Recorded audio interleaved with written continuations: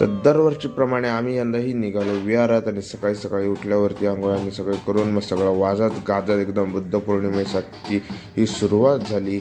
आणि मग आम्ही पोहोचलो विहारात आणि विहारात पोहोचल्यानंतर सगळे ग्राउंडमध्ये म्हणजे विहाराच्या दालनासमोर सगळे उभे झाले। त्यानंतर ध्वजारोहण झालं आणि नंतर अध्यक्ष आहेत गावच्या भावकीचे, तर त्याचबरोबर त्यांच्या हस्ते आणि इतरही मान्यवर आहेत त्यांच्या हस्ते ध्वजारोहण झालं। ध्वजारोहण झाल्यानंतर सगळे विहारात विराजमान झाले। विहारात बसल्यावरती सगळे मग पाया पडायला आले आणि मग त्यानंतर झाली वंदना।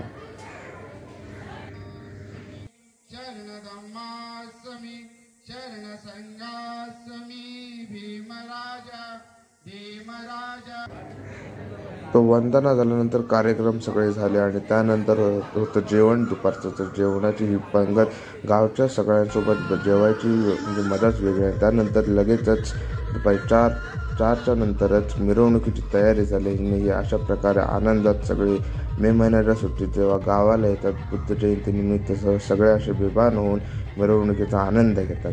आणि त्यात आम्ही हे 4 जण, राज, मी, रोशन, निलेश।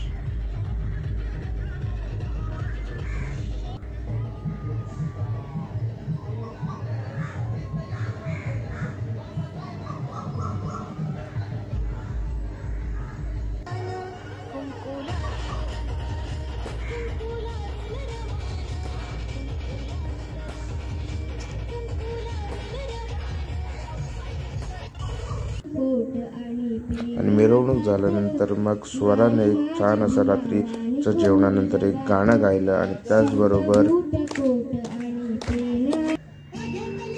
आणि खास नागपूर स्पेशल अनन्या आली होती, तर तिने सुद्धा एक सुंदर असा डान्स केला। तर ह्याचा संपूर्ण व्लॉग हा आपल्या यूट्यूब चॅनलवर अपलोड केलेला आहे, तर लाईक, शेअर, सबस्क्राईब करा आणि नक्की पहा।